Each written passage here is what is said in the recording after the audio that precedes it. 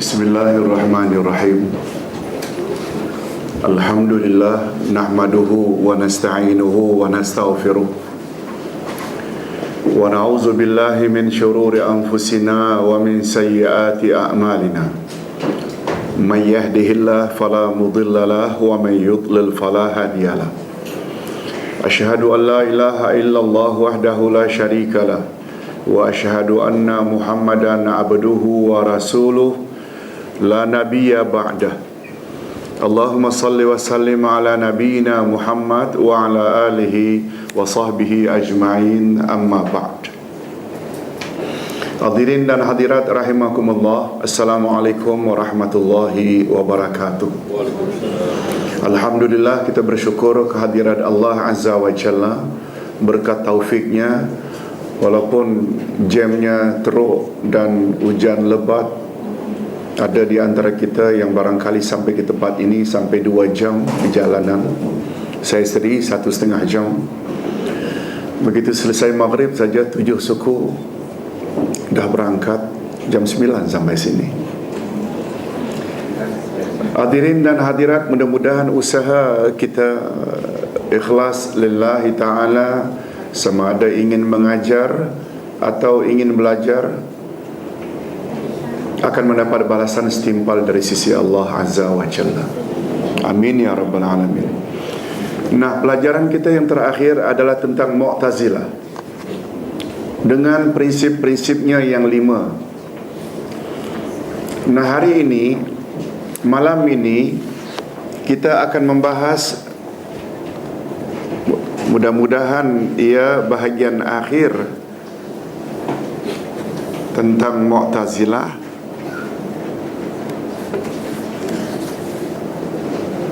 yaitu perbandingan antara akidah antara Mu'tazilah dan Ahlus Sunnah.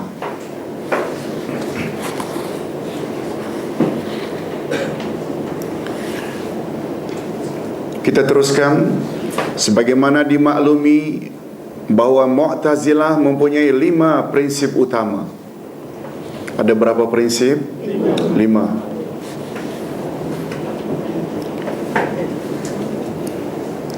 Mereka mempunyai 5 prinsip utama di dalam akidah mereka yang disebut dengan Al-Usulul Khamsah. Al-Usul, prinsip-prinsip, Khamsah, 5. Tolong ulang, Al-Usulul Khamsah.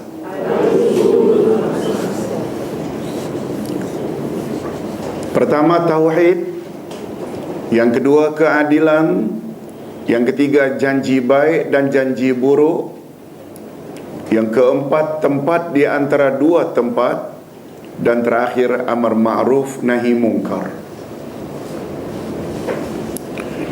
Dan untuk memudahkan bagi kita membezakan antara akidah Mu'tazilah dengan akidah Ahlus Sunnah wal Jamaah, maka berikut akan dipaparkan beberapa perbezaan tersebut.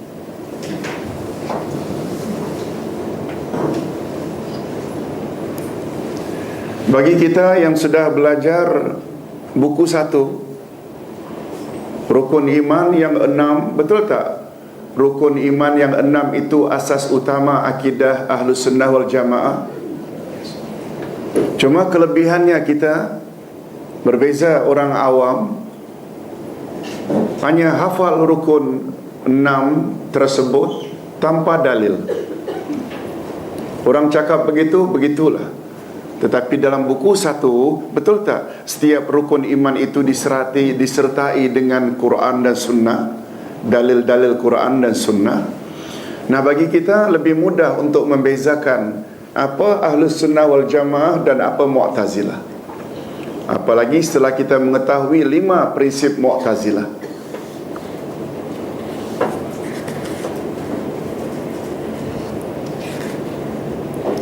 Itu sebabnya sebelum ke sini tadi jam 6, Ustaz menjawab satu soalan SMS. Ustaz, saya difahamkan bahawa MAIS mengharamkan fahaman liberal dan pluralisme. Betul ke Ustaz? Ustaz jawab, betul.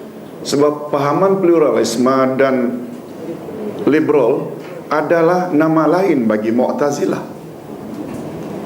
Betul tak? Mereka kan utamakan akal. Hadirin dan hadirat, coba kita perhatikan. Dan untuk memudahkan bagi kita membezakan antara akidah Mu'tazilah dengan akidah Ahlus Sunnah wal Jamaah, maka berikut akan dipaparkan beberapa perbezaan. Yang pertama, peranan akal. Ini dia. Kalau disebut Mu'tazilah, mereka akan utamakan akal daripada nas Al-Quran dan As-Sunnah. Mu'tazilah, apa pandangan Mu'tazilah tentang akal? Akal menurut keyakinan Mu'tazilah adalah seperti berikut. Ini pandangan Mu'tazilah. Yang pertama, akal adalah hujjah atau dalil yang tertinggi. Sama tak dengan Ahlus Sunnah wal Jamaah? Walaupun Ahlus Sunnah iktiraf tak peranan akal, tetapi peranan akal di bawah Quran dan Sunnah.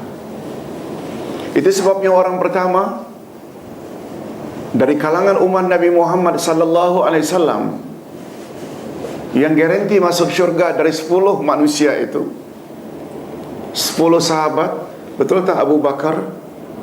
Abu Bakar mendapat gelaran apa yang paling popular? Ada kaitan tak As-Siddiq itu dengan peristiwa Isra' dan Mi'raj? Betul tak? Menurut akal memang tak logik. Habis Isya' berangkat, sebelum subuh dah balik. Bukan saja jarak yang ditempuh oleh baginda dari Mekah, Palestin, malah dari Palestin menghadap Allah di atas langit yang ketujuh. Malah berulang alik lagi beberapa kali untuk mendapat keringanan salat dari 50 menjadi 5. Betul tak? Akal tak boleh terima. Itu sebabnya Mu'tazilah tak percaya adanya Isra' dan Mi'raj. Sebab tak logik. Yang kedua, akal hendaklah didahulukan daripada syarak. Syarak maknanya agama.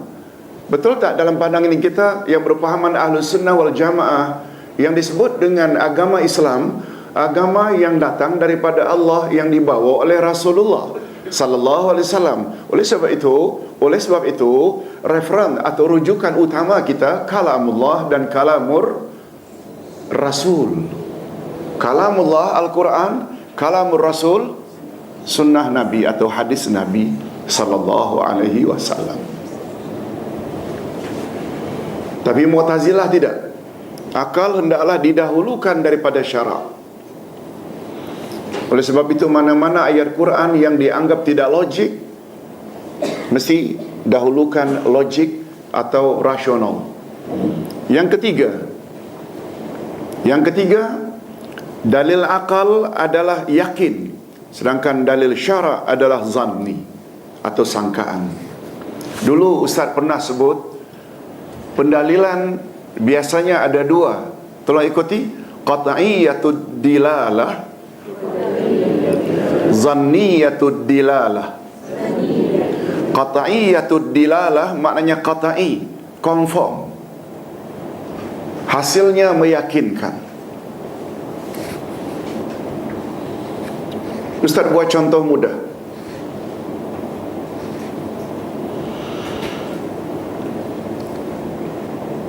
Makan bangkai, darah dan daging khinzir hukumnya haram, betul tak? Pengharaman 3 benda tersebut, qat'i atau zanni. Qat'i, putus, atau zanni, sangkaan. Qat'i, sebab tertera, hurrimat alaikumul maitatu waddamu walahmul khinzir.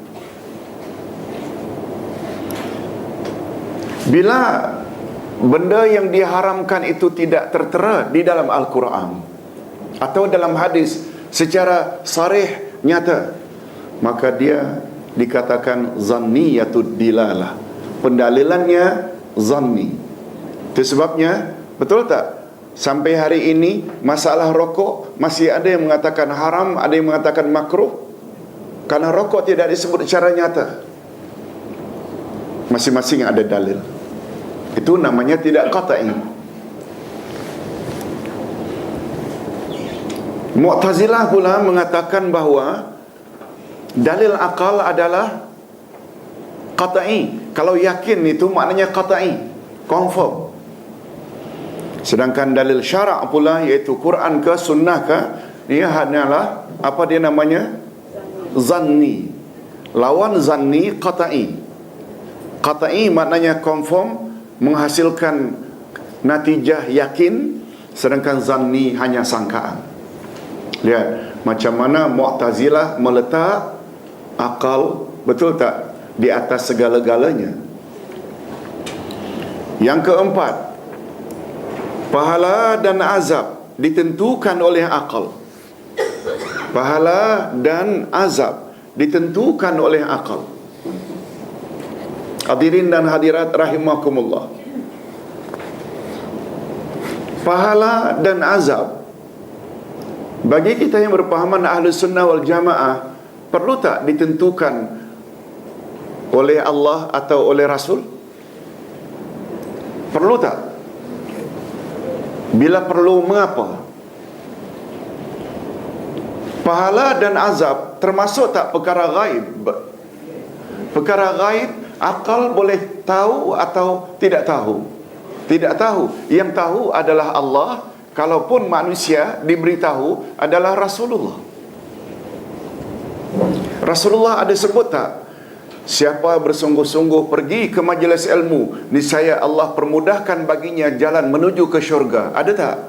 Itu menurut hadis Nabi. Betul tak Nabi telah diberitahu oleh Allah bahawa fadilat menuntut ilmu itu mempermudah jalan ke syurga? Termasuk tak itu adalah pahala? Hadirin dan hadirat yang tahu perkara gaib, dua saja. Kalau tidak Allah, Rasulnya. Itu sebabnya gaib terbagi berapa? Dua, betul? Pertama gaib hakiki, yang kedua gaib lupa. Idafi, alhamdulillah, ada penyelamat. Gaib terbagi berapa? Gaib yang tidak ada makhluk yang tahu, hatta malaikat atau para nabi, para rasul, kecuali Allah saja, namanya gaib. Gaib yang tidak ada yang tahu kecuali Allah sahaja, hatta malaikat, jin dan manusia tak tahu, itu namanya gaib hakiki. Hakiki maknanya gaib yang sebenar. Apa contohnya? Bila kiamat akan terjadi, bila kita akan mati, kiamat kecil, semuanya adalah di dalam ilmu siapa? Allah sahaja. Tentang tanda-tanda dekat kiamat, Allah pernah tak beritahu Nabi Muhammad sallallahu alaihi wasallam? Pernah tak? 15 tahun yang lalu, bila dekat kiamat di negara padang pasir yang penghuninya terdiri dari penggembala, akan memiliki rumah yang sangat tinggi pencakar langit. Betul tak apa yang terjadi hari ini di Dubai? Malah Arab Saudi bercadang nak buat lebih tinggi daripada Dubai. Betul tak Arab Saudi juga negara gembala? Itu namanya gaib hakiki atau idafi. Mu'tazilah pula kata pahala atau azab boleh difikirkan oleh akal. Okey, nanti kita akan lebih jelaskan apa Ahlus Sunnah punya pandangan. Yang kelima, kebaikan dan keburukan hendaklah dikembalikan pada ukuran akal. Hendaklah dikembalikan pada ukuran akal. Sementara kita yang berpahaman Ahlus Sunnah wal Jamaah, kebaikan dan keburukan itu adalah ditentukan oleh siapa? Oleh syarak. Bila sebut syarak, referennya ada dua, Quran dan Sunnah.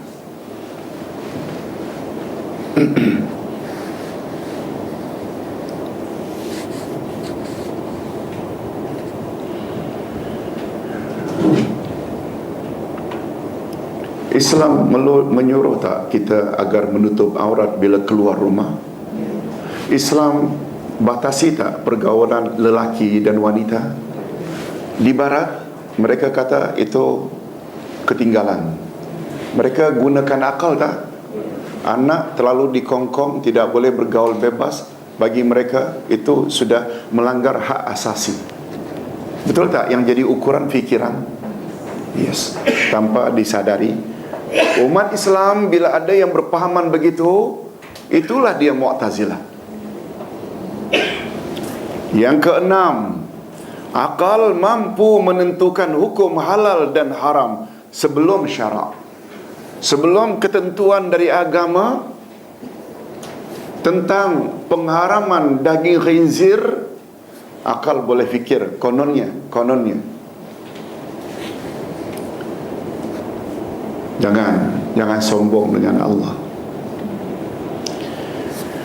Zaman sahabat, tabi'in dan tabi'in, bila disebut khinzir itu haram, mereka akur tak? Setuju tak? Walaupun baru abad ini dapat diketahui daging khinzir bila direbus hatta sampai sekian ratus Celsius temperature, namun kumannya tak mati juga. Betul tak? Itu akal kemudian baru datang. Oh ya, tak ya juga ya, patutlah Islam atau Allah haramkan khinzir. Betul tak? Bermakna betul tak syarak lebih dahulu tahu daripada akal? Okey. Nah, setelah kita tahu betapa menyelewengnya pandangan Mu'tazilah, nah, untuk lebih memantapkan lagi, mari kita lihat apa pandangan Ahlus Sunnah wal Jamaah sebagaimana yang dikatakan oleh Mu'tazilah tadi. Yang pertama, akal dapat memahami sesuatu tetapi hanya secara global. Global maknanya ijmali, garis besar sahaja. Bukan mereka itu atau bukan akal ni tahu segala-galanya.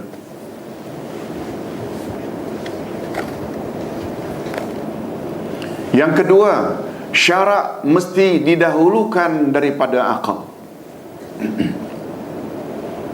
Yang ketiga, syarak maksum. Maksum maknanya selamat daripada kesalahan. Mengapa maksum syarak? Sebab yang dinamakan syarak ini segala yang datang dari Allah dan yang datang dari Rasul sallallahu alaihi wasallam. Yang datang daripada Allah dalam Al-Quranul Karim, betul dalam Quranul Karim tidak ada satu pun benda yang boleh diragukan. Tolong ikuti. A'udzubillahi minasyaitonirrajim. Zalikal kitabu la raiba fihi hudal lil muttaqin. Inilah kitab Al-Quran, tidak ada satu jenis ragu pun di dalamnya, pedoman bagi orang-orang yang bertakwa. Ayat 147 surat yang sama, Al-Baqarah 147. Al-haqqu min rabbik fala takunanna minal mumtarin. Kebenaran adalah segala yang datang dari Tuhanmu. Oleh sebab itu, janganlah kamu ragu-ragu lagi. Dan Nabi Muhammad sallallahu alaihi wasallam dalam menyampaikan kepada umat manusia, umatnya, perlu tak menyampaikan al-haq? Perlu tak menyampaikan al-haq? Dan al-haq itu datangnya dari mana tadi? Daripada Allah. Tolong ikuti ayat 29 Al-Kahfi. Wa qulil haqqu mir rabbikum faman syaa'a falyu'min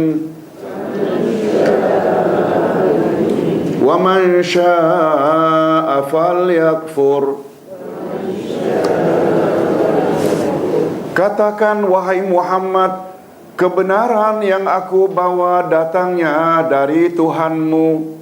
Siapa yang mau beriman, silahkan beriman. Dan barang siapa yang ingin memilih kafir, biarkan dia kafir. Itu sebabnya ibu-ibu dan bapa sekalian, manusia kalau ingin bebas dari kerugian, mereka bukan saja perlu berdakwah, bukan saja perlu berdakwah, tapi pastikan dakwahnya ke arah al-haq. Masih ingat ibu-ibu dan bapa sekalian, 4 syarat untuk insan bebas daripada kerugian. Ada 4 syarat tu, apa dia? Innal insana lafi khusr, seluruh jenis manusia dalam kerugian, illa, kecuali, illal ladzina amanu, maknanya mesti ada iman. Cukupkah iman saja? Belum. Wa amilus salihat, mesti ada amal saleh. Yang ketiganya apa? Wa tawasau bil haq, hendaklah kamu berpesan-pesan dengan al-haq. Al-haq tadi yang datang dari mana? Daripada Allah atau daripada Rasul. Oleh sebab itu, mana-mana pendakwah dan penceramah tak boleh menyampaikan Islam suka-suka hati, sekedar cakap tok guru, sekedar cakap orang alim anu. Dia kena bawa juga sebenarnya ayat Quran atau hadis Nabi. Setuju tak kalau Ustaz katakan Allah tidak sebut pun perkara ketiga itu, watawasau bil aqli, hendaklah kamu berpesan-pesan dengan akalmu. Bil aqli atau bil haqqi? Bil haqqi. Apa makna bil haqqi? Kebenaran. Kebenaran datang dari mana? Dari Allah dan daripada Rasul, bukan bil aqli. Betul tak? Setengah ulama, setengah penceramah, maksud Ustaz, dia cakap dasarkan akal saja. Itu Mu'tazilah lah itu, tanpa rujuk kepada kalam Allah dan kalam Rasul. Banyak tak ulama menyebarkan, baca ini dapat fadilat ini, baca ini dapat fadilat ini, baca ini dapat fadilat ini. Satu di antaranya WhatsApp akhir-akhir ini, siapa yang puasa hari Ashura, dia seolah-olah dapat 1000 kali naik haji. Na'udzubillah. Betul tak fadilat atau pahala itu perkara gaib? Siapa cakap? Satu, puasa hari Ashura ni sama dengan naik haji 1000 kali. Oh, lebih hebat daripada orang yang dapat haji akbar. Ini satu lagi, haji akbar. Siapa yang ukuf di Arafah pada hari Jumaat, dia seolah-olah dapat 7 kali haji. Okey, ini boleh tahan lagi. Yang ini 1000 kali haji. Setuju tak kalau Ustaz katakan itu semua disampaikan berdasarkan akal? Tetapi kalau dia katakan siapa puasa hari Ashura, apalagi dikepilkan dengan hari sebelumnya, hari Tasu'a, Allah hapuskan dosanya selama setahun yang lalu. Ada tak? Hadis sahih riwayat Imam Muslim. Boleh faham kan? Oleh sebab itu kita orang awam, audience, jangan ambil bulat-bulat dari siapa yang cakap. Tanyakan, Ustaz, cakap fadilatnya itu ada ayat Quran cakap ke? Ada hadis Nabi ke? Coba kita punya budaya macam itu. Hatta orang-orang yang berpendidikan, padahal budaya orang yang berpendidikan, intelek, betul tak selalu mengatakan hatta hal-hal yang berkaitan dengan dunia, show me the proof, man. Hal-hal yang berkaitan dengan dunia, show me the proof. Bawa dalil, apa yang awak cakap tu benar. Tapi sayangnya berapa banyak para intelek, hal-hal agama, hal syurga, neraka, pahala, azab, cakap ambil dari guru tarikat bulat-bulat. Intelek apa namanya? Itu namanya goblok.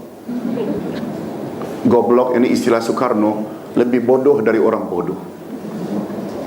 Mengapa awak dah punya budaya? Bagus tak? Budaya tak akan percaya kecuali ada bukti. Bagus tak? Tapi dalam bab agama dia sambil lewa. Hadirin dan hadirat rahimakumullah. Dalil mesti. Okey. Oleh sebab itu bila orang gunakan akal, dia tidak hiraukan dalil Quran dan sunnah, dia sebenarnya cenderung kepada Ahlus Sunnah atau Mu'tazilah. Ingat selalu. Hadirin dan hadirat rahimakumullah. Syarak maksum maknanya terpelihara dari atau selamat dari kesalahan, dan akal tidak maksum. Yang kelima, hukum hakam yang terperinci adalah di antara ciri-ciri khas syarak. Hukum hakam yang terperinci adalah di antara ciri-ciri khas syarak. Maknanya Islam satu agama yang cukup detail. Kalau Ustaz boleh buat sedikit pencerahan. Ustaz dah sebut di beberapa tempat. Pernah dengar nama Qailulah? Jemaah, pernah tak dengar tidur Qailulah? Tak dengar? Okey. Qailulah ini tidur pada waktu siang. Sama ada before zuhur atau after zuhur. Agak setengah jam. Ada yang kata 15 minit. Dia sangat berguna agar kita boleh kuat, ada energi untuk qiyamul lail. Dia beri tenaga. Dan ini sunnah Nabi sallallahu alaihi wasallam. Namanya apa tadi? Qailulah. Ada dua nama lagi. Kalau Qailulah tak biasa, apalagi yang dua ini. Tolong ibu-ibu dan bapa sekalian ikuti. Hailulah. Ailulah. Jadi urutannya, tolong ikuti semuanya tiga. Hailulah, Qailulah, Ailulah. Hailulah tidur habis salat subuh.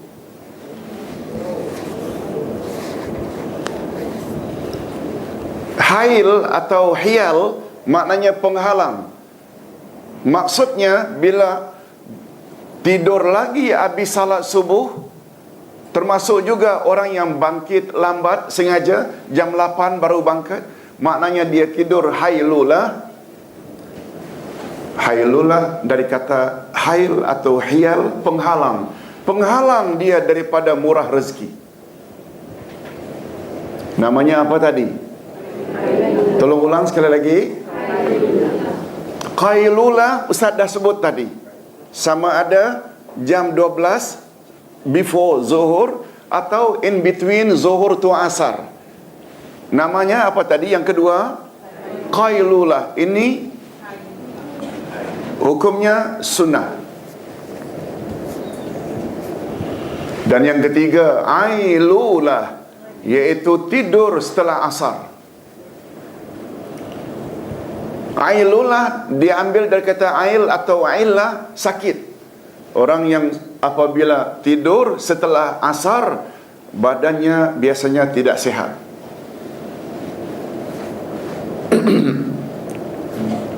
Cuma kalau Ustaz tidak detailkan, itu maksudnya detail ini. Hukum dalam syarak detail, tafsili, bahasa Arabnya tafsili, terperinci. Bukan global, ijmali. Apa terperincinya Ustaz? Okey.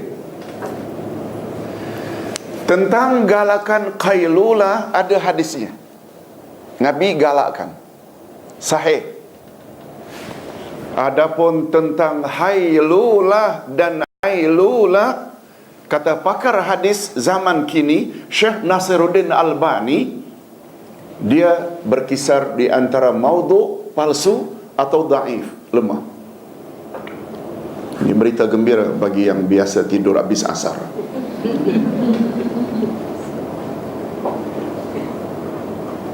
Itu sebabnya Mufti Arab Saudi Syekh bin Baz,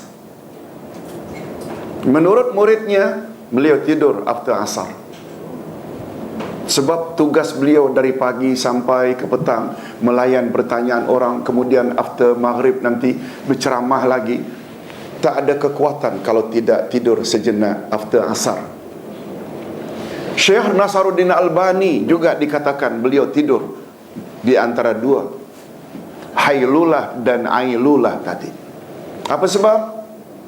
Sebab bagi mereka dalilnya tidak ada yang sahih. Maknanya kita perlu rujuk tak untuk mengeluarkan hukum dari pendalilan sama ada Quran atau hadis? Perlu tak? Bukan akal. Oleh sebab itu, walaupun Imam Ibnu Taimiyah, pernah dengar? Ibnu Taimiyah mengatakan sama ada Hailulah after subuh tidur atau Ailulah after asar tidur, beliau katakan makruh. Apa makna makruh?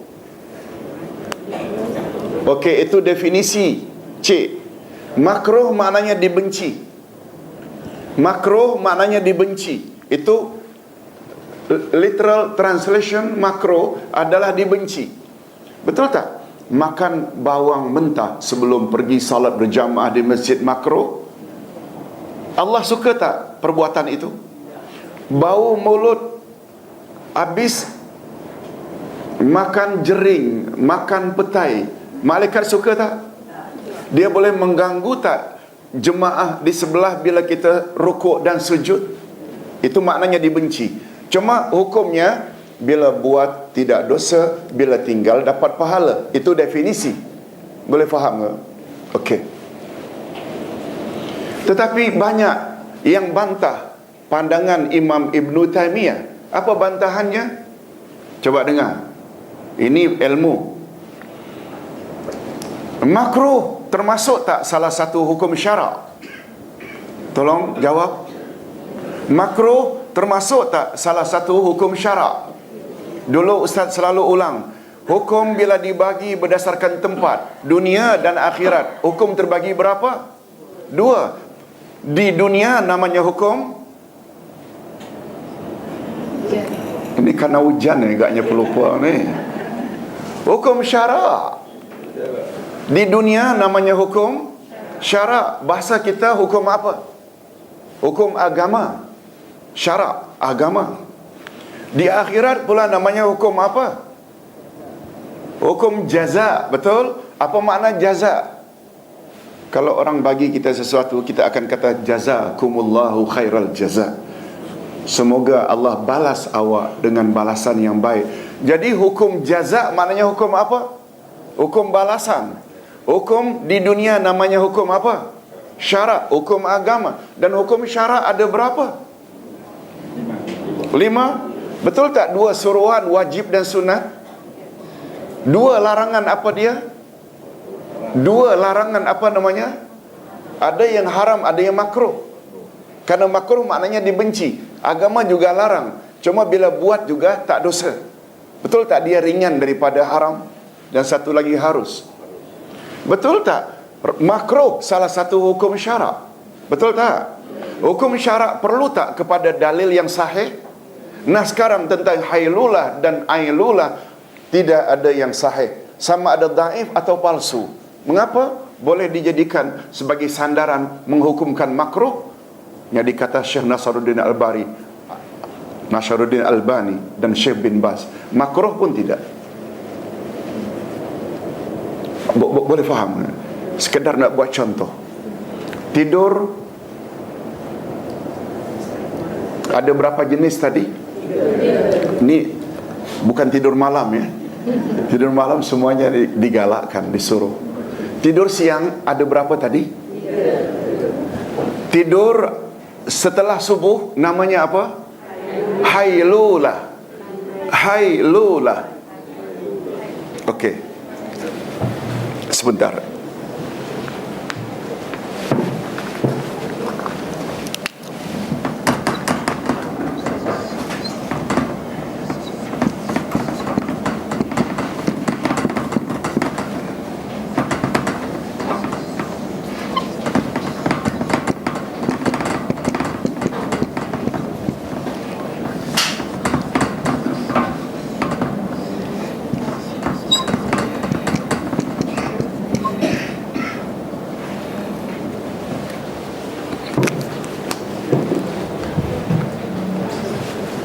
Tolong ikuti sekali lagi.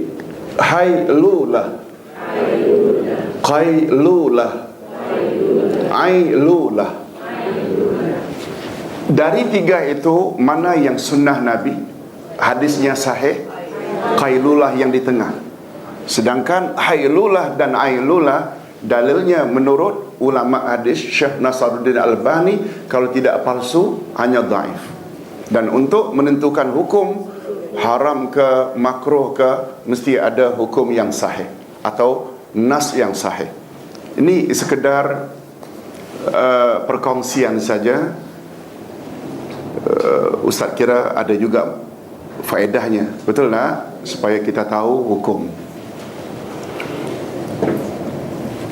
Ustaz ulang sekali lagi. Yang ketiga, syarak adalah maksum, selamat dari kesalahan, dan akal tidak maksum. Yang keempat, akal yang sejahtera adalah selama ia sesuai dengan kehendak syarak. Akal yang sejahtera selama ia bersesuaian dengan syarak.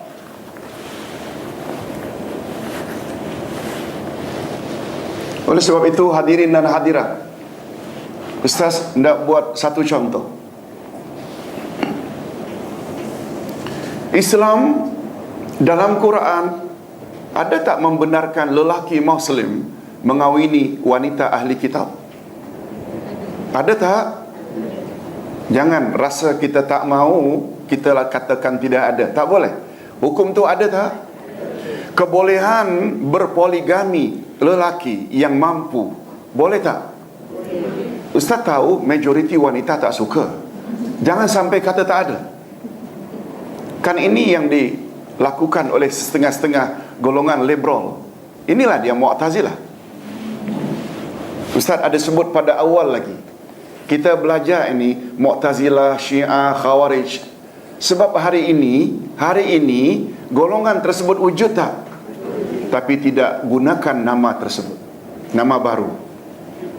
Itu sebabnya kalau liberal, pluralisme, semua nama baru bagi yang asalnya apa? Yang gunakan akal tadi.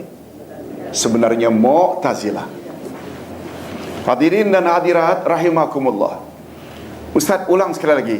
Ada tak kebolehan lelaki Muslim dibolehkan kahwin dengan ahli kitab, Yahudi atau Nasrani, sebagaimana yang dilakukan oleh Yasir Arafat rahimahullah? Betul tak? Okey. Timbul golongan liberal ini tanya, mengapa laki-laki saja boleh kahwin dengan wanita ahli kitab? Mengapa wanita muslimat tak boleh kahwin dengan lelaki ahli kitab? Boleh faham? Itu sebabnya salah seorang anak perempuan pemimpin liberal Indonesia kahwin dengan Yahudi Amerika. Anak perempuannya muslimat kahwin dengan Yahudi Amerika. Dia membolehkan perkara itu berdasarkan syarak atau akal? Akal. Boleh faham tak? Nak buat contoh. Mengapa mesti dilarang? Hadirin dan hadirat rahimakumullah. Ustaz teruskan. Hukum hakam yang terperinci adalah di antara ciri-ciri khas syarak. Yang keenam, segala sesuatu dihukumkan boleh sehingga datang hukum syarak.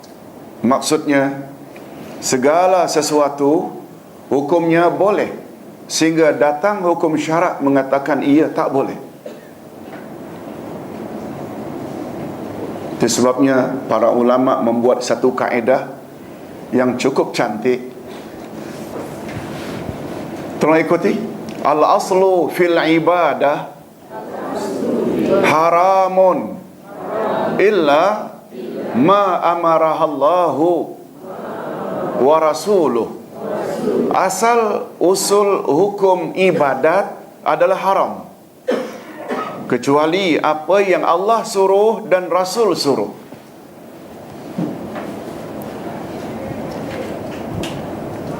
Satu lagi, al-aslu fil muamalah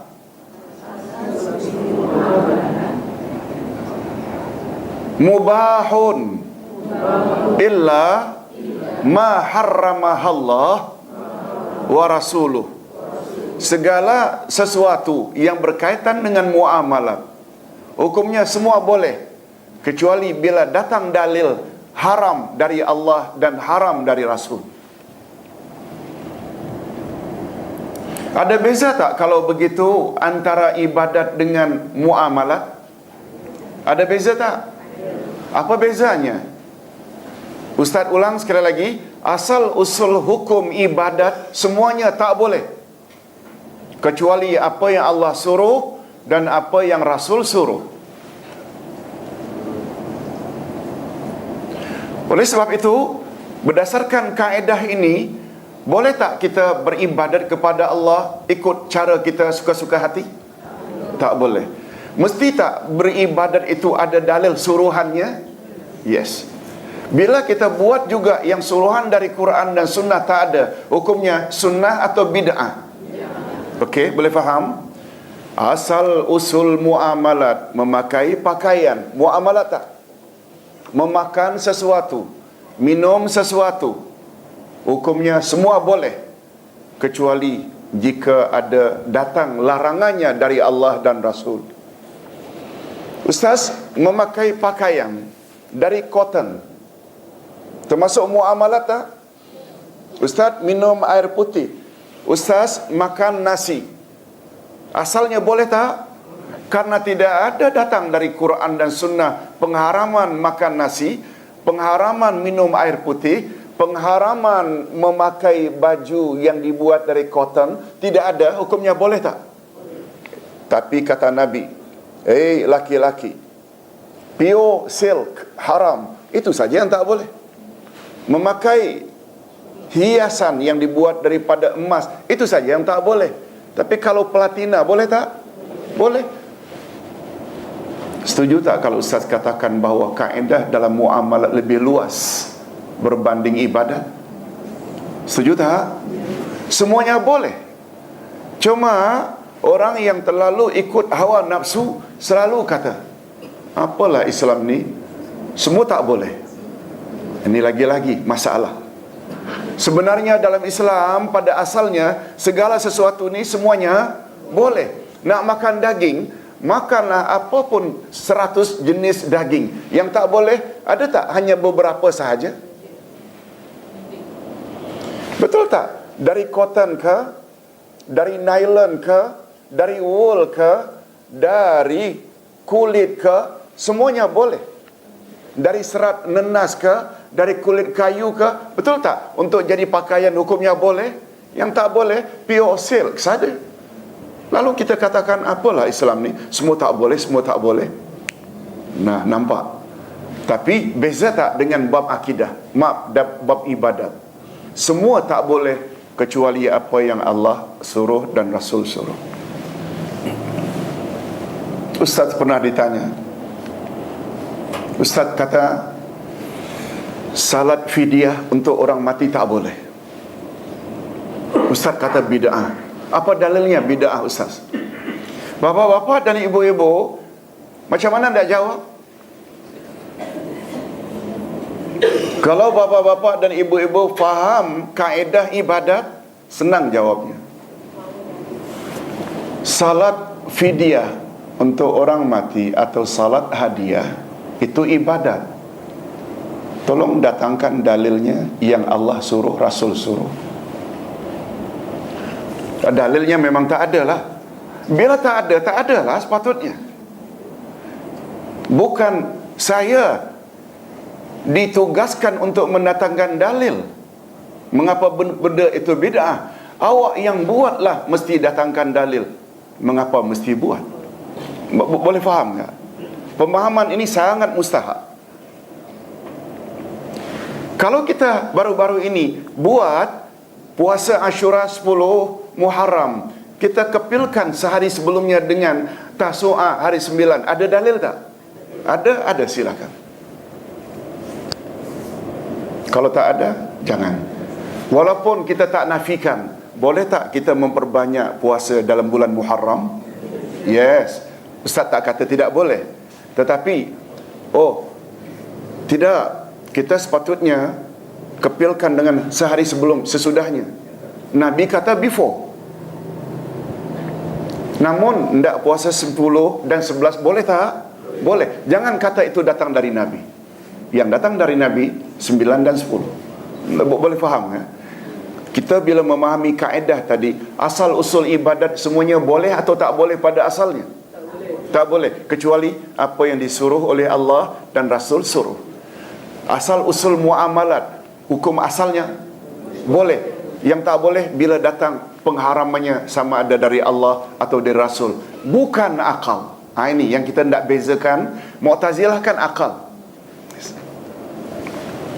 Hadirin dan hadirat rahimakumullah, segala sesuatu dihukumkan boleh sehingga datang hukum syarak mengatakan ia tidak boleh. Yang ketujuh, janji baik dan siksa sangat tertakluk pada dalil syarak. Ustaz ulang, janji baik dan siksa sangat tertakluk pada dalil syarak. Tak boleh kita suka-suka hati, oh ini pahalanya sekian kalau buat, yang ini pula dosanya sekian kalau dibuat. Tak boleh, mesti ada dalilnya. Yang ke-8, peranan akal hanya sebagai sumber tambahan setelah Al-Quran dan As-Sunnah. Kesimpulan akal tidak ditolak selagi ia tidak bercanggah dengan dua sumber di atas, yakni Al-Quran dan Sunnah Nabi sallallahu alaihi wasallam. Boleh.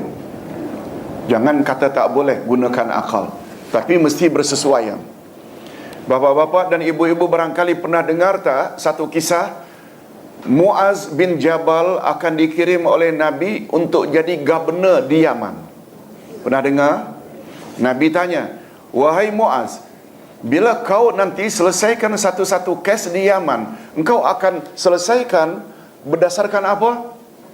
Al-Quranul Karim. Okey. Bila kes yang engkau akan selesaikan itu tidak terdapat dalam Al-Quran, engkau akan merujuk pada apa?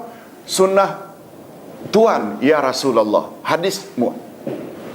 Kalau tidak ada benda tersebut dalam Quran dan Sunnah, engkau akan gunakan apa? Akan aku gunakan akalku bersesuaian dengan semangat Quran dan Sunnah. Boleh tak yang ketiga ni namanya ijtihad? Ijtihad maknanya menggunakan proses akal untuk mengambil satu-satu hukum berdasarkan semangat Quran dan Sunnah. Boleh tak? Nabi Muhammad sallallahu alaihi wasallam menyatakan persetujuannya pandangan Muaz ini, beliau tepuk dada beliau, tak menandakan apa? Persetujuan beliau. Bapa-bapa dan ibu-ibu, pintu ijtihad terbuka tak sampai sekarang? Terbuka. Tapi bukan menyangkut masalah akidah dan ibadat. Boleh faham maksud saya? Dia hanya bab muamalah. Itu sebabnya tentang transplant organ, pemindahan jantung, paru-paru, kidney ke badan orang lain, hatta daripada atau miliknya, ownernya kafir, ada tak tertera dalam Quran dan Sunnah hukumnya tentang perpindahan organ dari manusia ke manusia lain? Tak ada. Lalu ulama hari ini gunakan akal tak? Itu namanya ijtihad, yang akhirnya mereka majoriti berpendapat hukumnya boleh. Nah, kebolehan itu adalah berdasarkan pemikiran akal, betapa pentingnya orang yang sedang rosak jantungnya diganti oleh jantung orang lain yang sudah meninggal dunia dan baru meninggal. Itu tak tertera dalam Quran, tidak tertera dalam hadis Nabi. Boleh tak kalau Ustaz katakan mereka ambil hukum itu berdasarkan akal yang bersesuaian dengan semangat Quran dan Sunnah? Boleh tak? Yes. Bukan maknanya saja-saja. Hadirin dan hadirat rahimakumullah, di antara dalil atau hujah Ahlus Sunnah wal Jamaah bahwa peranan akal sangat terbatas Dan ia tidak boleh mendahulukan dalil syarak. Ialah beberapa kenyataan Allah di dalam firman-Nya. Tolong ikuti. A'udzubillahi minasyaitonirrajim. Innal hukmu illa lillah. Menetapkan hukum itu hanyalah hak Allah. Kesimpulannya, atau pihak yang mempunyai otoriti untuk menetapkan sesuatu hukum adalah hanya Allah Azza wa Jalla atau Subhanahu wa Ta'ala atau para rasulnya, karena mereka adalah utusan-utusan resmi Allah, bukan hak atau otoriti akal yang sangat terbatas kemampuannya.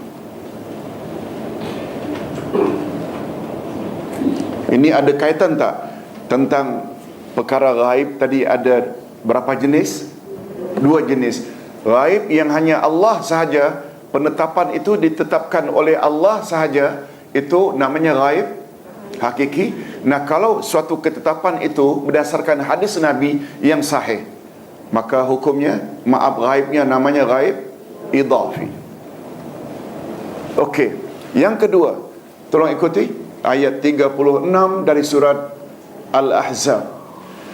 Wa ma kana li mu'minin wa la mu'minah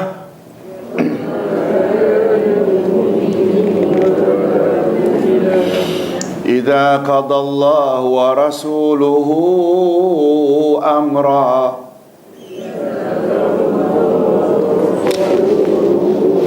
an yakuna lahumul khiyaratu min amrihim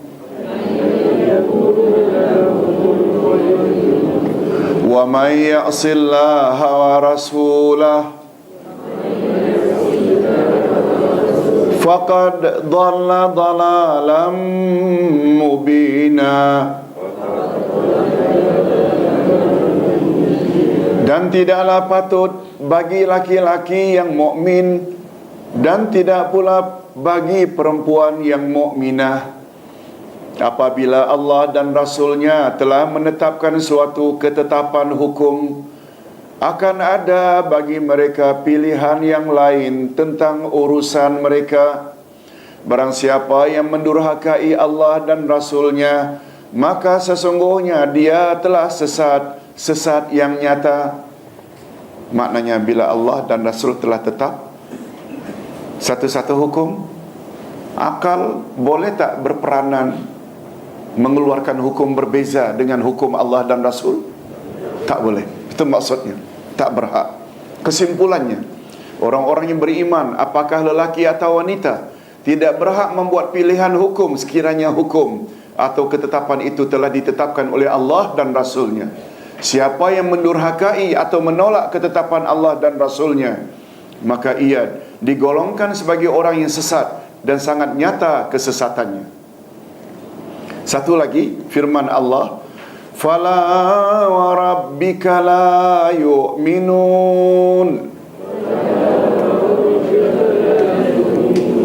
hatta yuhakkimuka fima shajara bainahum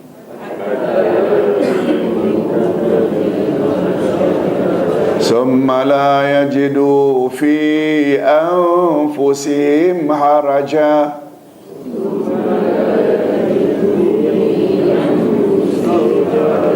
mimma qadaita wa yusallimu taslima.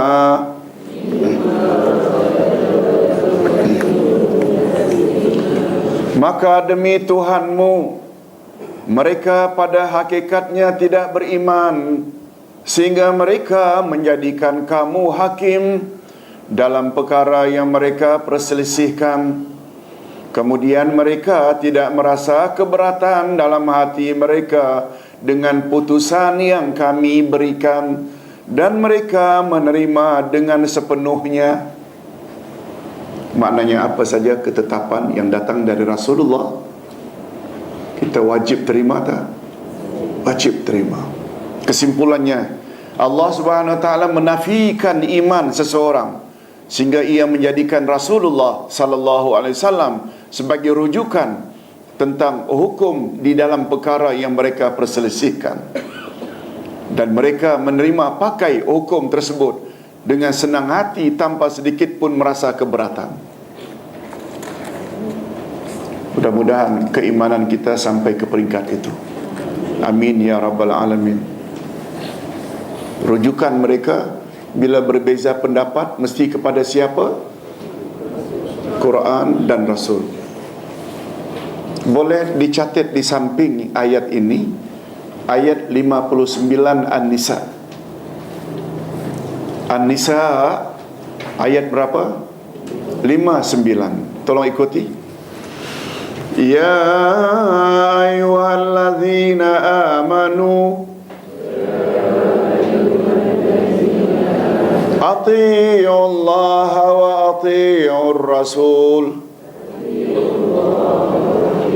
wa ulil amri minkum.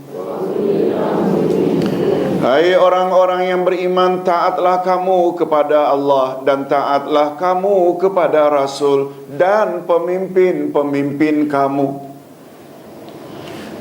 Ada berapa pihak yang kita orang beriman wajib patuhi? 2 atau 3? 3. Cuma yang pertama kepada Allah dan yang kedua kepada Rasul. Ketaatan kita mutlak atau tidak mutlak? Mutlak. Itu sebabnya ati'ullah diulang sekali lagi, ati'u di depan Rasul. Terhadap ulil amri, siapa ulil amri? Ada 2. Tolong ikuti. Umara, ulama. Orang yang mentadbir urusan keduniaan kita, termasuk tak presiden, sultan, raja, PM, TPM, MB, termasuk tak pentadbiran duniawi? Dan satu lagi, apa dia? Ulama, termasuk tak mufti, tuan qadi, hakim mahkamah syariah dan para pendakwah asatizah? Ya, ulama.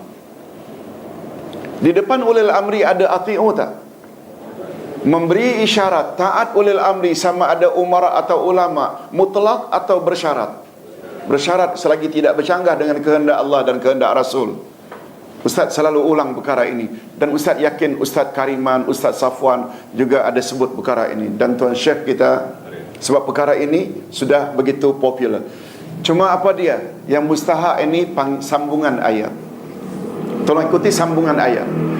Fa in tanaza'tum fi syai' farudduhu ilallah war rasul. Bila kamu bertelingkah pendapat tentang satu-satu perkara, maka rujukkanlah perkara yang diperselisihkan itu kepada Allah dan kepada Rasul. Ulil amri dah tak dibawa lagi dah. Rujuk kepada Allah maknanya kepada Al-Quran. Rujuk kepada Rasul ada 2. Kepada Rasul semasa beliau masih hidup, dan kepada hadis setelah beliau meninggal dunia atau wafat. Boleh faham tak? Itu sebagai tambahan. Adapun dalil yang keempat, tolong ikuti. Wa qalu law kunna nasma'u aw naqil ma kunna fi ashabis sa'ir. Dan mereka penghuni neraka berkata, ini orang neraka, mereka di sini penghuni neraka, sekiranya kami mendengarkan atau memikirkan peringatan itu, niscaya tidaklah kami termasuk penghuni-penghuni neraka yang bernyala-nyala. Kesimpulan, walaupun orang-orang musyrikin mempunyai akal, namun akal mereka tidak berguna bagi mereka. Sekiranya akal mereka berperanan untuk menentukan hukum atau mampu memberi hidayah atau petunjuk dengan sendirinya kepada al-haq, kebenaran, niscaya pastilah akal itu berguna. Ustaz, jelaskan sedikit makna ayat ini. Ayat ini terdapat dalam surat Al-Mulk. Betul tak surat Al-Mulk itu dapat menghindarkan kita dari azab kubur dan azab api neraka? Nah, di antara kandungan surat Al-Mulk yang boleh membuat kita terhindar dari api neraka, coba dengar apa orang-orang dalam neraka kata. Wa qalu law kunna nasma'u aw naqil ma kunna fi ashabis sa'ir. Tolong ikuti sambungannya. Fa'tarafu bizambihim fasuhqan li ashabis sa'ir. Mereka iktiraf. Fa'tarafu, mereka iktiraf. Apa makna iktiraf? Mereka mengakui bizambihim, akan dosa-dosa mereka. Fasuhqan li ashabis sa'ir. Akhirnya mereka dilempar dalam api yang bernyala-nyala. Pertanyaan Ustaz, mereka iktiraf akan dosa mereka. Dosa apa? Tertera dalam ayat ini. Ustaz ulang. Orang-orang dalam neraka berkata, kalaulah dulu di dunia kami suka mendengar dan mau gunakan akal, sudah tentu kami tidak akan dilempar dalam api yang bernyala-nyala. Mereka mengakui akan dosa mereka itu. Dosa apa?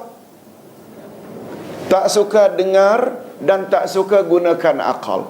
Maknanya ada berapa perkara yang mereka tak buat dulu di dunia? 2. Mudah-mudahan kita yang suka attend kelas dan dengar ni, dah 1 syarat dah ada dah. Cuma tinggal 1 lagi, kena gunakan akal. Macam mana gunakan akal, Ustaz? Sudah dengar, gunakan akal. Hadirin dan hadirat, Ustaz selalu buat contoh. Kata Ustaz A yang kita dengar, rokok haram. Kata Ustaz B, rokok makruh. Kata Ustaz C, merokok hukumnya sunat. Gunakan akal. Kalau pendapat yang C itu sunat kita ambil, maknanya tak ada akal. Paling kurang kita katakan kalau tak haram, makruh. Betul tak? Boleh faham maksud? Allah Subhanahu wa taala berfirman pada ayat 17-18 dari surat Az-Zumar. Tolong ikuti. Fabashir ibad allazina yastami'una al-qawl fayattabi'una ahsanah ulaika allazina hadahumullah wa ulaika hum ulul albab. Ustaz pesan sangat, kalau ingin dapat berita gembira dari Rasul, kalau ingin dapat hidayah, kalau ingin diklasifikasi sebagai orang yang berakal waras, jadikan ayat ini sebagai panduan. Coba dengar terjemahannya. Sampaikan berita gembira, hai Muhammad, kepada hamba-hambaku yang suka mendengar perkataan, lalu mereka ikut mana yang paling baik. Mereka lah orang yang mendapat hidayah Allah, dan mereka lah orang-orang yang berakal waras. Syarat untuk mendapat berita gembira, busyra, syarat untuk dapat hidayah, syarat agar dikategori sebagai orang yang berakal waras, ada berapa dalam ayat itu? 2 saja. Sampaikan hai Muhammad berita gembira kepada hamba-hambaku yang suka mendengar. Lalu dari apa yang mereka dengar, mereka ambil dan ikut mana yang terbaik. Ada berapa? Dengan berbuat demikian mereka layak tak dapat hidayah?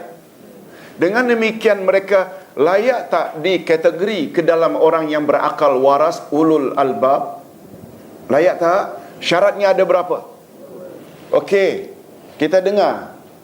Termasuk tak dengar tazkirah? Termasuk tak dengar ceramah? Termasuk tak dengar tafsir Quran, hadis Nabi, kelas akidah, kelas fiqh? Betul tak? Dengar.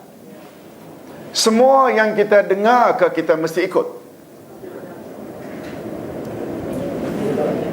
Semua yang kita dengar ke kita kena ikut? Tidak. Ayat menyebut, lalu kamu ikut mana yang lebih baik. Nah, ukuran lebih baik itu berdasarkan siapa yang cakap atau berdasarkan kekuatan dalil? Kekuatan dalil. Betul tak? Lalu Allah selain menyebut orang tersebut dapat busyra, berita gembira, orang tersebut akan dapat hidayah tak? Dan Allah kata faulaika humul, merekalah orang-orang yang ulul albab, iaitu orang yang punya fikiran yang waras. Mudah-mudahan kita termasuk dalam golongan ini. Tolong ikuti. Allahumma ja'alna minal ladzina yastami'una al-qaul fayattabi'una ahsana. Ya Allah, masukkanlah kami ke dalam golongan orang-orang yang suka mendengar lalu mengikut mana yang lebih baik. Amin ya rabbal alamin. Okey. Tadi orang dalam neraka mereka menyesal tak? Menyesal apa sebab? Karena tak suka mendengar. Lau kunna nasma' au naqil, mau gunakan akal, tentu kami tidak akan dilempar dalam api yang bernyala-nyala. Oleh sebab itu, kita dengar di sini, alhamdulillah, semua ustaz-ustaz kita di sini memang sudah dipilih sedemikian rupa. Ustaz-ustaz yang tidak suka ajar perkara-perkara khurafat, apalagi syirik dan bid'ah. Betul tak? Semua ustaz kita tanpa kecuali. Kita juga ustaz yakin, dengar juga di luar. Kita tak tahu. Tapi bila ternyata apa yang mereka sampai tidak ada dalilnya, sekarang ada dalil, adalah namanya kurang akal bila yang tak ada dalil pun diikut. Maaf, kedengarannya macam kasar, tapi tidak memahami itu macam itu. Boleh faham Ustaz? Ya. Hadirin dan hadirat rahimakumullah. Jadi bagi kita Ahlus Sunnah wal Jamaah, betul tak? Akal bukan segala-galanya. Betul tak? Itu sebabnya kata Sayyidina Ali. Oleh sebab itu kata Sayyidina Ali.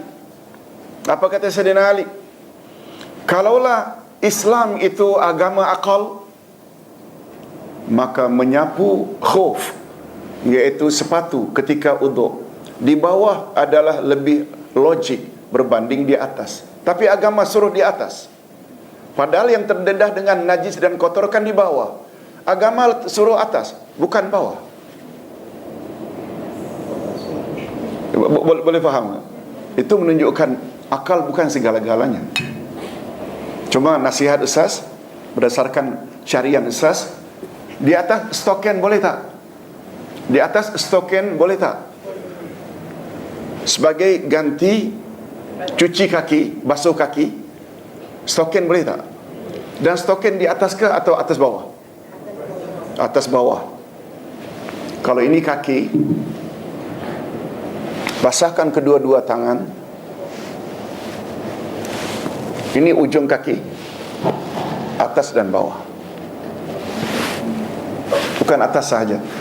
Atas itu untuk sepatu. Sepatu boot yang menutup buku lali. Boleh faham kan? Begitu pembahasan ulama fiqh. Jadi basahkan kedua-duanya dari ujung itu. Kita baik. Hadirin dan hadirat rahimakumullah. Kita teruskan satu lagi ayat. Wa ahallallahu al-bai'a wa harrama ar-riba.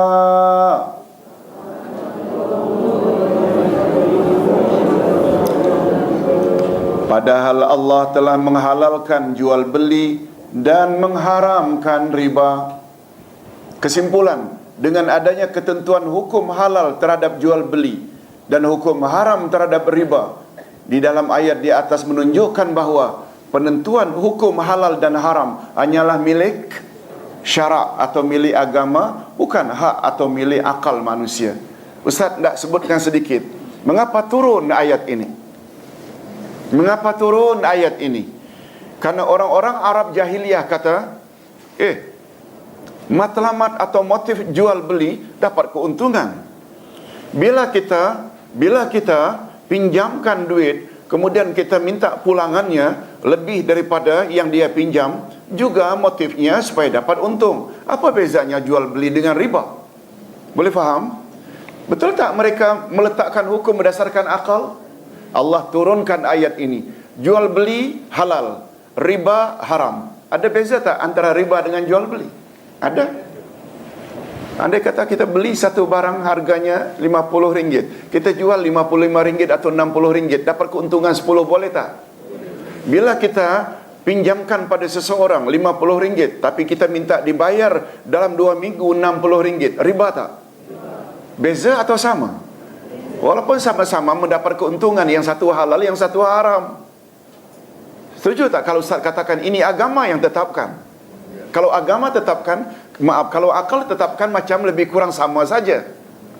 Tapi ternyata menurut kacamata agama, setuju tak? Yang satu boleh, yang satu haram. Dia jadi lain hukumnya. Bapak-bapak dan ibu-ibu yang dihormati sekalian, kita teruskan dengan satu lagi. Boleh Pak? Ya, ini tak banyak ini. Okey. InsyaAllah 3 pun boleh. Boleh ke? Boleh. Tak boleh tak apa, Ustaz boleh rehat. Yang kedua, ahli fatrah. Tolong ikuti fatrah. Beza ya, fitrah lain. Fitrah itu semula jadi. Manusia dilahirkan dalam keadaan fitrah atau fatrah. Fitrah itu suci, tapi fatrah ini kosong. Apa dia ahli fatrah? Mu'tazilah berpendapat ahli fatrah yakni manusia yang hidup dalam zaman kekosongan Rasul antara Nabi Isa dengan Nabi Muhammad sallallahu alaihi wasallam, dan golongan yang semisal dengan mereka seperti golongan yang tidak sampai dakwah. Menurut Mu'tazilah, mereka adalah kafir dan kekal selamanya dalam neraka. Jadi zaman kevakuman Rasul, betul tak? Di antara Nabi Isa diangkat ke langit dengan Nabi Muhammad diangkat menjadi Rasul lebih kurang 600 tahun. Nah, yang 600 tahun ini namanya zaman apa? Kekosongan. Mereka yang hidup di zaman itu namanya ahli fatrah. Dan menurut Mu'tazilah, tempat mereka di mana? Apa sebab dalam neraka? Mereka ada akal, mampu membezakan mana baik mana buruk. Mengapa buat baik jahat juga? Oleh sebab itu sebagai hukuman masuk neraka. Ahlus Sunnah wal Jamaah tidak. Ahlus Sunnah wal Jamaah kata tidak. Sebab akal ukurannya bukan mutlak benar, bukan mutlak salah. Coba dengar apa kata Ahlus Sunnah wal Jamaah. Ahlus Sunnah wal Jamaah berpendapat ahlu fatrah tidak dihukumkan untuk mereka syurga atau neraka. Demikian juga golongan yang tidak sampai dakwah. Tetapi Allah akan menguji mereka dengan mengutus Rasul terlebih dahulu kepada mereka. Siapa yang beriman akan masuk syurga, dan siapa yang menyalahi Rasul akan dimasukkan neraka. Betul tak pandangan Ahlus Sunnah lebih adil? Yes. Adapun hujah Ahlus Sunnah wal Jamaah seperti ayat 15 surat Al-Isra. Tolong ikuti. Nah, ayat ini begitu jelas. Wa ma kunna mu'azzibina hatta nab'atha rasula.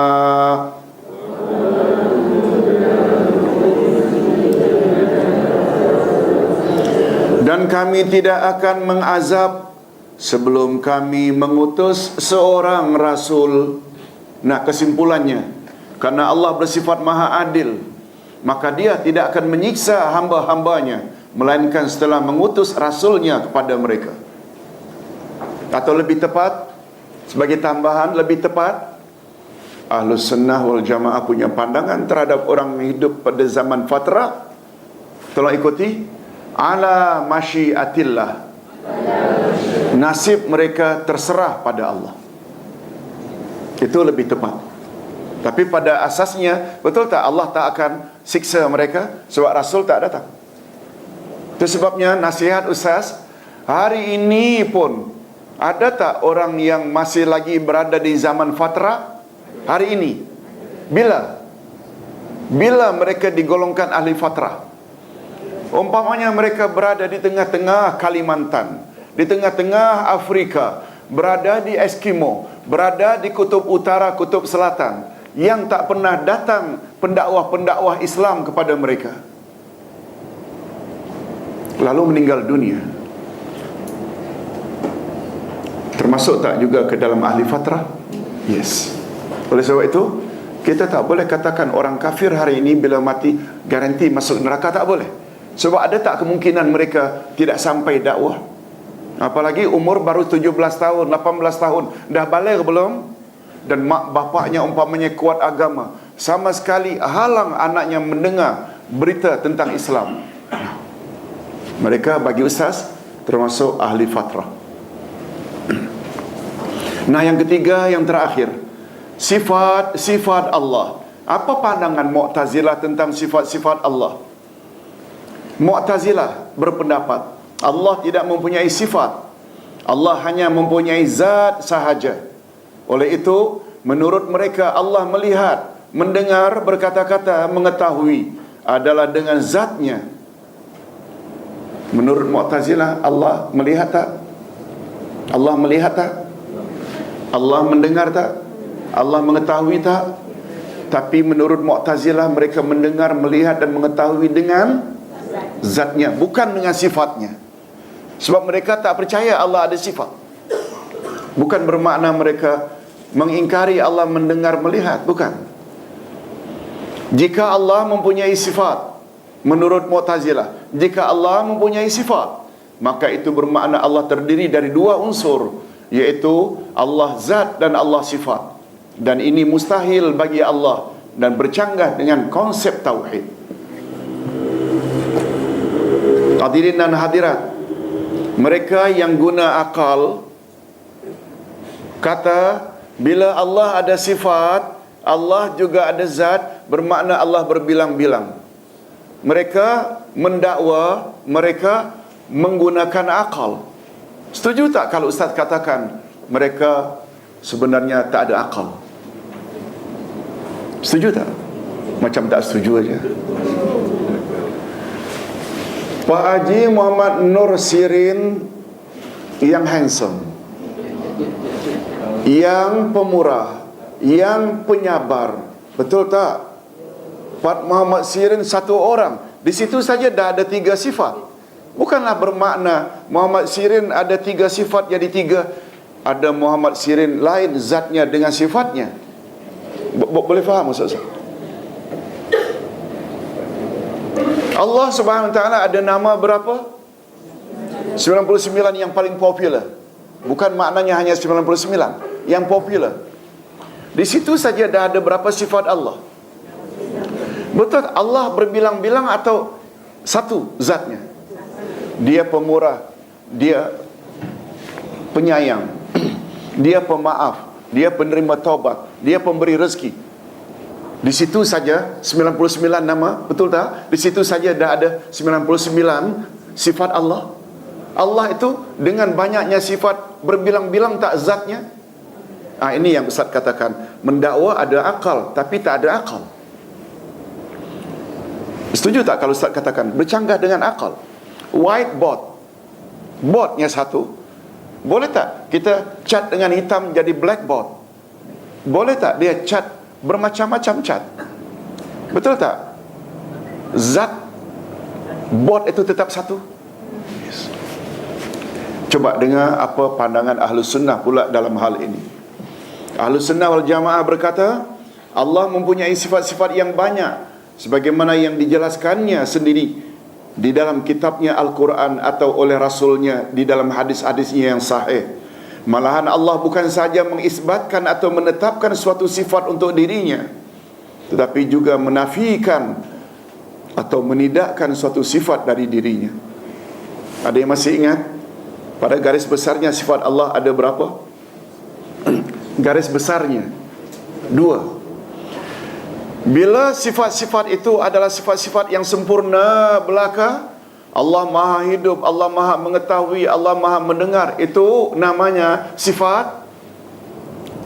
Tak boleh jawab, tak boleh rehat. Kita sabitkan sifat itu, namanya apa? Sifat sabit. Kita sabitkan, tetapkan sifat itu bagi Allah. Segala sifat sempurna, namanya sifat subutiyah. Sifat apa? Bila kita nafikan sifat-sifat kekurangan dari sisi Allah, namanya ya Kak Salbia. Ya Kak Salbia. Ada Kak Salbia? Ada. Sifat salbiyah. Salbi maknanya negatif. Termasuk tak Allah tidak ngantuk, Allah tidak tidur, Allah tidak beranak, Allah tidak diperanakkan, Allah tak serupa dengan satu apapun juga. Betul tak kita menafikan sifat-sifat itu dari sisi Allah? Ada namanya kita sabitkan sifat itu untuk Allah. Itu namanya yang pertama tadi sifat subutiyah. Dan yang kedua, kita nafikan sifat-sifat kekurangan dari sisi Allah, namanya sifat salbiyah. Ada 2 pada garis besarnya. Okey. Allah Subhanahu wa taala berfirman. Ini dia. Tolong ikuti. Allahu la ilaha illa huwal hayyul qayyum.